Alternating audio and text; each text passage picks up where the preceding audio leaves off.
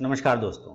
देखिए, मेरे हाथों में आपने जो देख रहे हैं कि मैं आपको दिखाने नहीं आया हूँ कि ये रुपया है, बल्कि मैं बता रहा हूँ कि लोगों की ये ख्वाहिश होती है, चॉइस होती है कि वो भी रुपए की गड्डी इस तरह से थूक लगा के गिने, एकदम कंटिन्यू गिने और ये नोट की गड्डी कभी ख़त्म ना हो। जिस तरह से अभी आप देख रहे हैं कि मैं गिनता जा रहा हूँ, गिनता जा रहा हूँ, गिनता जा रहा हूँ, गिनता जा रहा हूँ और ये आपके सामने चलता चला जा रहा है, चलता चला जा रहा है, चलता चला जा रहा है, चलता चला जा रहा है, चलता चला जा रहा है, चलता चला जा रहा है, कंटिन्यू, है ना। माने कहने का मतलब है कि इतनी गड्डी हो जाए आपके पास में कि वो ख़त्म ही ना हो। दोस्तों, हर लोगों की चॉइस होती है, हर लोगों की ख्वाहिश होती है कि वो इतना पैसा कमा ले कि अपने पूरे जीवन इसी तरह से गड्डी में नोट लगा लगा के रखता रहे, है ना। तो उम्मीद है आप लोगों में से भी बहुत लोगों की ये ख्वाहिश होगा, ये चॉइस होगा और मतलब सारे लोगों 100%, मैं गलत बोल बैठा, कुछ लोगों का नहीं, मतलब सारे लोगों का चॉइस होगा, ख्वाहिश होगा कि इतना ही नोट कमा लें, इतना ही पैसा कमा लें जहां पर आपको पूरे लाइफ काम करने की जरूरत ना हो, आप फाइनेंशियल रिटायर हो सके, है ना। ऐसे दिमाग में आपके तो आते होंगे, सारे लोगों के आते हैं, लेकिन कितने लोग ऐसा फाइनेंशियल फ्रीडम हासिल कर पाते, कितना लोग अपना आप को एक निश्चित समय पर 40-50 साल के अंदर में फाइनेंशियल फ्रीडम कर पाते हैं, या 40, मेरे ख्याल से तो 45-50 साल काफ़ी है जब आप फाइनेंशियल फ्रीडम हो जाते हैं, अगर आप प्रॉपर एक प्लानिंग के थ्रू करते हैं। तो इसकी जो शुरुआत है ना दोस्तों, ये फाइनेंशियल जो फ्रीडम होता है, इसकी शुरुआत आप एक बार में नहीं कर सकते, सोच के नहीं कर सकते कि हाँ ये 2 साल के बाद मैं स्टार्ट करूंगा, मैं 4 साल के बाद स्टार्ट करूंगा या 5 साल के बाद स्टार्ट करूंगा। आपने जब सोचा वहीं से आपका स्टार्टिंग हो जाता है, बशर्ते आप पहले सोचिए। लोग हमेशा एक सवाल मुझसे अक्सर पूछते रहते हैं, अक्सर हमेशा ये सवाल आता है मेरे व्हाट्सएप पर और मेरे फ़ोन कॉल पे कि सर सही टाइम क्या है इन्वेस्टमेंट का, राइट टाइम क्या है इन्वेस्टमेंट का। मैं हमेशा कहता हूं कि राइट टाइम के बारे में एक चाइना का कहावत है, हालांकि मैं आपको बता दूं कि चाइना के सामानों को अच्छा नहीं माना जाता है, लेकिन उसकी कहावत को मैं बहुत फॉलो करता हूँ, उसकी कहावत को बहुत ज़्यादा मानता हूँ। उसका एक कहावत है कि पेड़ लगाने का सही टाइम, पेड़ लगाने का सही टाइम, ध्यान से सुनिए, पेड़ लगाने यानी ट्री, पेड़ लगाने का सही टाइम आज से 20 साल पहले था और दूसरा सही टाइम आज है, करेंट समय में है। बात समझ रहे हैं? पेड़ लगाने का सही टाइम 20 साल पहले था और दूसरा सही टाइम आज है। इसका मतलब जिसने 20 साल पहले लगाया होगा पेड़, आज उसका फल खा रहा होगा, एंजॉय कर रहा होगा। और वही अगर हम वो व्यक्ति सोचता रह जाता कि सही टाइम आने पर ही मैं पेड़ लगाऊंगा, पेड़ लगाऊंगा, सब कुछ करूंगा, तब वो सोचता रह जाता, काम नहीं कर पाता। इसी तरह अगर आप सोच रहे कि आपको कोई राइट टाइम आएगा तब आप इन्वेस्टमेंट करिएगा, नहीं, आज आप इन्वेस्टमेंट करिए, आपका सही टाइम अपने आप राइट टाइम आ जाएगा। मैं आपको कुछ प्रोसेस फॉलो करने के लिए बताने की कोशिश कर रहा हूं। यहाँ पे वीडियो पसंद है जरूर बताइएगा दोस्तों। देखिए, लोग अक्सर स्टॉक के रिकमेंडेशन पूछते रहते हैं, मैं कहता हूं कि मैं आपको अगर 2 स्टॉक बता भी दूं तो पूरी जीवन क्या आप उससे बैठ के खा लेंगे? नहीं खा पाएंगे। क्या उससे पूरा जीवन आपका घर चल जाएगा? नहीं चल पाएगा। 2 स्टॉक से आपका कहीं कोई भला नहीं होने वाला है। आपका भलाई आपके हाथ में है। आपने अगर सोच लिया, आपने अगर डिसाइड कर लिया, तो आपसे भला कोई अपने बारे में सोच ही नहीं सकता। इस बात को आप हमेशा जान लीजिए। क्लियर है यहां तक? चलिए, अब मैं आपको कुछ ETF के बारे में बताने वाला हूं, जहां पर आप रिस्क फ्री इन्वेस्टमेंट कर सकते हैं। ऐसे ETF में जहां पे आपको टेंशन लेने की जरूरत नहीं, मार्केट गिर भी जाएगा तो डरना नहीं है, मार्केट उठेगा तो बल्ले बल्ले, और गिरेगा तो भी वो इन्वेस्टमेंट के लिए यहाँ से बहुत ही बेहतरीन अपॉर्चुनिटी आपको मिलेगा। तो क्लियर है ना? मैं आपको कुछ यहाँ पे इन्वेस्टमेंट के पर्पज, ताकि आप भी आने वाले समय में ऐसे ही गड्डी गिन सकें अपने हाथों से।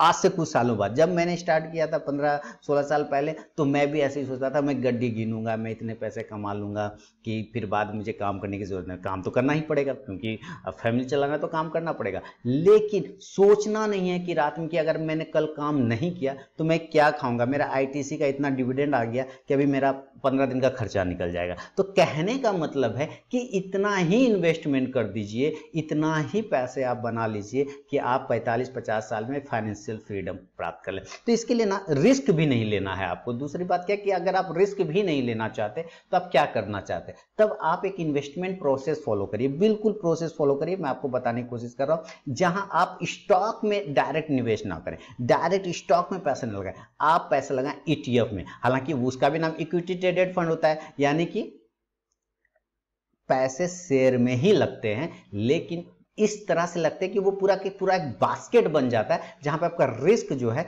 कम हो जाता है, रिस्क बहुत लो हो जाता है। इसके वजह से आप अच्छे पैसे वहां पे बन जाते हैं। गिरावट में भी आपको अपॉर्चुनिटी का मौका मिलेगा और ऊपर जाने पर तो अच्छा है। तो आपको अगर मान लीजिए ईटीएफ के बारे में मैंने पहले भी बताया हुआ है, लेकिन मैं फिर से बताता हूँ। जैसे कि अभी आपको मैं अपने स्क्रीन पर दिखाऊंगा कि कौन कौन से ईटीएफ आपके लिए ज्यादा बेहतर होगा। तो आपको हमेशा वो ध्यान रखना है कि गिरावट, लोग ऊपर मार्केट जब चलता है तो पैसा लगाने के लिए दौड़ते हैं। मैं कहता हूं जब मार्केट में सेल लगता है, जब आपको मॉल में सेल लगता है तो आप ज्यादा कपड़ा खरीदने जाते हैं। तो यहाँ पे जब मार्केट में गिरावट आती है तो आप फिर पैसे निकालते क्यों हैं? पैसे आपको और डालना है ना, तो आपको वो डालने का जो किस में डालना है, किस में लगाना है, वो मैं आपको बता रहा हूँ। और देखिए ऐसे सब वीडियो ना आपको जल्दी मिलेंगे नहीं। तो आपको मैं बता दूं कि ईटीएफ में जो रिस्क नहीं लेना चाहते आप ईटीएफ में पैसे लगाइए। ईटीएफ में पैसे लगाएंगे ना अगर आप, तो आपको और भी बेनिफिट मिलेगा, क्योंकि वो जो है लगभग पूरा का पूरा बास्केट होता है एक तरह का। तो जैसे मैं अभी आपके सामने स्क्रीन लेकर आता हूं और फिर देखता हूं।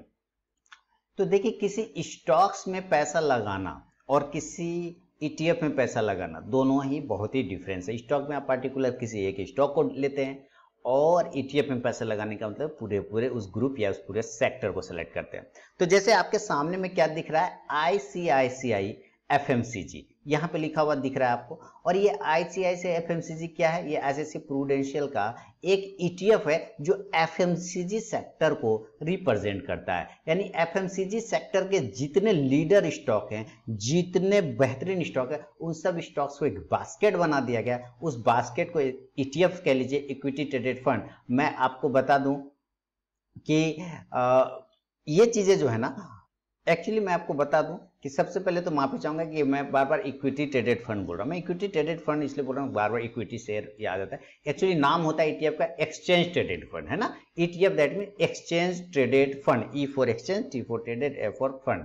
तो एक्सचेंज ट्रेड, तो जहां पे मैंने इक्विटी ट्रेडेड फंड बोला हो माफी चाहूंगा उसके लिए, ठीक है। तो एक्सचेंज ट्रेडेड फंड है, बार बार वो शेयर इक्विटी चलता रहता है तो इक्विटी मुंह में आता है, ई फॉर इक्विटी। तो एक्सचेंज ट्रेड मतलब जिसको एक्सचेंज पे आप ट्रेड कर सकते हैं। तो अब एक स्टॉक को तो ट्रेड कर पाते हैं, ये तो आपको पता है। तो क्या पूरे बास्केट को ट्रेड कर पाएंगे, क्या पूरे सेक्टर को ट्रेड कर पाते हैं? तो बिल्कुल, वो आपको सुविधा एक्सचेंज ट्रेडेड फंड प्रोवाइड करता है, यानी कि ईटीएफ प्रोवाइड करता है। क्लियर है ना।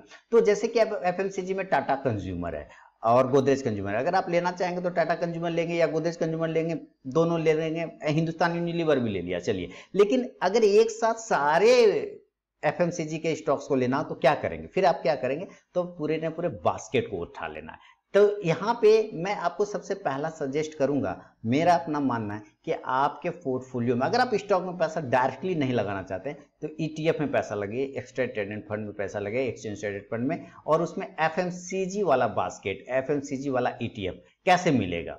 आपको वो जरूर अपने पोर्टफोलियो में शामिल करना है। देखिए 432 रुपए का भाव है, लेकिन अगर पिछले एक महीने की बात करें तो जुलाई मंथ में ही ये 370 से 432 पहुंच गया है। तो इसका मतलब क्या है कि अगर आपने, अब किसका आता है अब आप ये भी देखेंगे। तो मैं यहाँ ये फायर्स का ट्रेडिंग टर्मिनल, तो ईटीएफ वाले सेक्शन में मैं सिर्फ अगर एफएमसीजी जाके लिख दूंगा ना, तो यहाँ पे पता चलेगा कि एक ही जो फंड हाउस है वो एफएमसीजी लेके आता है। एफएमसीजी का बास्केट है वो है आईसीआईसीआई एफएमसीजी, जो कि लिस्टेड है। तो आप इसको शेयर की तरह खरीद और बेच सकते हैं। तो आपने जैसे ही इसको खरीदा, एक क्वांटिटी खरीदिए चाहे 100 क्वांटिटी खरीदिए, जैसे शेयर खरीदते हैं वैसे खरीदाएगा। तो ये आपने खरीदा, तो इसके अंदर एफएमसीजी के अंदर जितने भी लीडर स्टॉक हैं वो ऑटोमेटिक आपके पोर्टफोलियो में उसका कुछ हिस्सा आ जाएगा एक्सचेंज ट्रेडेड फंड यानी ईटीएफ के माध्यम से। अपने आप अपने उस पूरे शेयर को खरीद लिया, उस पूरे ग्रुप को खरीद लिया, उस पूरे इंडेक्स को खरीद लिया, एफएमसीजी इंडेक्स को, सिर्फ एक ईटीएफ। जैसे एक लेंगे ना तो 432.90 पड़ेगा, जो कि करंट भाव चल रहा है। तो इसके अंदर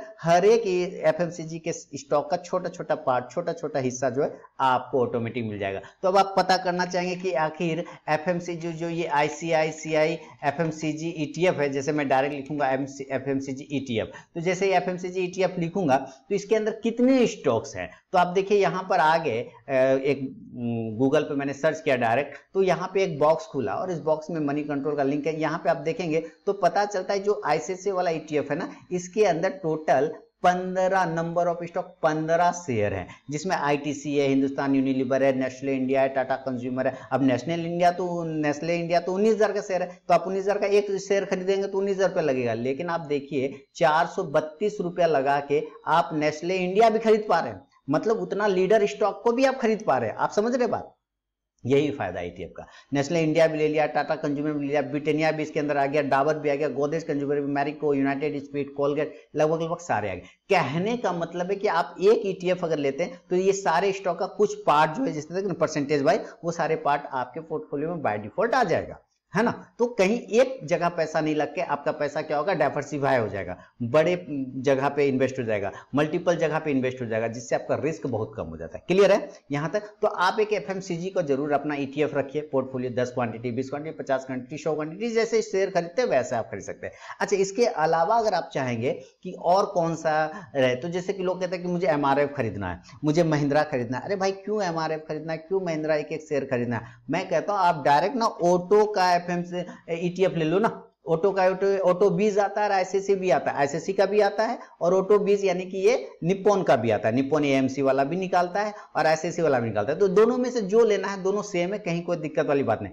तो जैसे ये निप्पॉन एएमसी पे मैंने क्लिक किया, अभी देखिए जुलाई मंथ में अगर आप देखेंगे तो 110 रुपए से 127 रुपए हो गया। 127 रुपया में भी आपके पोर्टफोलियो में सारे स्टॉक्स के सारे जितने स्टॉक्स है ना ऑटो वाले स्टॉक्स, उन सब का एक छोटा छोटा पार्ट होके आपके पोर्टफोलियो में आ जाएगा। अगर आप ये ऑटो 20 लेते हैं तो निप्पॉन एएमसी का ऑटो 20 लेते हैं, एक ही शेयर अगर एक ही क्वांटिटी खरीदते हैं तो 127 रुपए के अंदर आपके पास में महिंद्रा भी आ जाएगा, टाटा मोटर्स भी आएगा, फलाना डेकाना जितने हैं। तो जैसे आपको यहाँ पे सर्च करना है ऑटो 20, मैं लिख देता हूँ ऑटो 20 ईटीएफ है। अब देखेंगे जैसे ही ऑटो 20 आया, मान लीजिए तो 127.55 चल रही है, तो दिख रहा है इसके अंदर में कौन कौन से स्टॉक्स हैं, आपको कौन कौन सा स्टॉक 127 रुपया में सब मिल जाएगा। तो आप देखिए जैसे मैंने क्लिक किया तो आपको यहाँ पता चल जाएगा, इसके अंदर में पूरा का पूरा डिटेल दिया गया होगा कि इसके अंदर कौन कौन से स्टॉक है। और यहाँ पर आने के बाद आपको पता चलेगा, देखिए इसको थोड़ा डिटेल मुझे देखना पड़ेगा, मैं आपको दिखा देता हूँ। हाँ, तो देखिए इसके अंदर जो है आपको टॉप 10 स्टॉक का होल्डिंग मिल गया। मारुति भी खरीद लिया, 8000 का स्टॉक है, 8800 का स्टॉक है, आपको 8800 में 127 रुपये में मारुति भी मिल गया, महिंद्रा भी मिल गया, टाटा मोटर्स भी मिल गया, Bajaj auto, Eicher motor, Hero motor, Ashok Leyland, TVS, सारे स्टॉक्स ऑटो वाले आपके हाथ में आ जा रहे हैं दोस्तों, जो भी लीडर है। कहने का मतलब है कि आपका रिस्क जो है डाइवर्सिफाई हो गया, है ना। ऑटो चलेगा, नीचे की साइड में गिरेगा तो 127 रुपये लगे, मान लीजिए 100 रुपये आता है, 20 110 रुपये आता है, तो इन्वेस्टमेंट का आपको और बन जाएगा मौका। आप वहां लीजिए, सारे स्टॉक्स आपके साथ एक बार में आ जाएंगे, एक ही लेंगे तो सबका छोटा छोटा पार्ट होके आ जाएगा। आपको एक रखना होगा ऑटो का ईटीएफ, निफ्टी ऑटो का, निप्पॉन एएमसी का ईटीएफ लीजिए ऑटो वाला, चाहे आईसीसी प्रू, दोनों सेम है, कहीं कोई दिक्कत वाली बात नहीं। तो जैसे मैं यहाँ ऑटो लिखूंगा, ऑटो वाला में ईटीएफ वाले सेक्शन में जाके तो आईसीसी वाला भी देख लीजिए। अब इसका उसका 127 रुपये रेट है, इसका भी 127 है ना, तो दोनों इक्वल है, कहीं कोई दिक्कत वाली बात नहीं है। क्लियर हो गया ना। तो इस तरह से आपने क्या ले लिया, एफएमसीजी ले लिया, आपने क्या लिया, पूरा का पूरा एफएमसीजी का मार्केट उठा लिया, आपने ऑटो का बीज लिया, ऑटो का ईटीएफ लिया, तो पूरा का पूरा ऑटो का मार्केट ले लिया। अब देखिए बैंक, कोई एक बैंक लेंगे, आईसीसी बैंक, चाहे एक्सिस बैंक, एचडीएफसी बैंक, कितना, आप सीधा सीधी बैंक का ईटीएफ ले लीजिए ना, आप सीधा सीधी बैंक का ईटीएफ ले लीजिए। देखिए जैसे सर ईटीएफ वाले सेक्शन में जाकर बैंक लिखा तो सारे बैंक आ गए, तो ईटीएफ आ गए। आप चाहे आईसीसी वाला ईटीएफ उठाइए, चाहे बैंक, सब इक्वल होगा, कोई दिक्कत नहीं। तो जैसे ये मैंने निप्पॉन एसेट का ही ले लिया, 370 रुपया 90 पैसे मिल रहा है एक क्वांटिटी। एक क्वांटिटी के अंदर जितने भी बैंकिंग स्टॉक होंगे जो कि बैंक निफ्टी के अंदर आता है, वो सारा बाय डिफॉल्ट आपके पोर्टफोलियो में आ जाएगा दोस्तों। रिस्क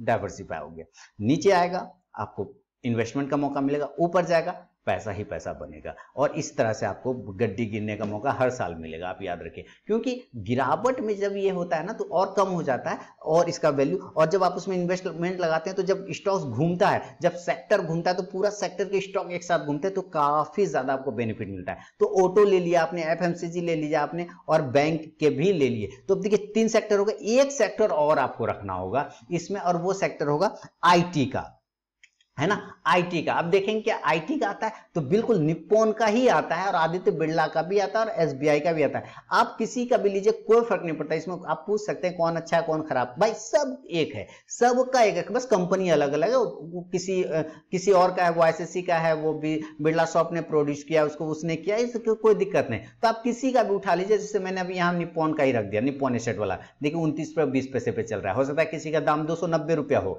किसी का दाम 290 रुपया हो, कारण क्योंकि क्योंकि वो उसी हिसाब से पार्ट देता है, उसी हिसाब से परसेंटेज वाइज। उसने 10 के परसेंटेज में दिया होगा, इसने 1 के परसेंटेज में दिया होगा, इसलिए 29 रुपया है, उसका 290 रुपया होगा।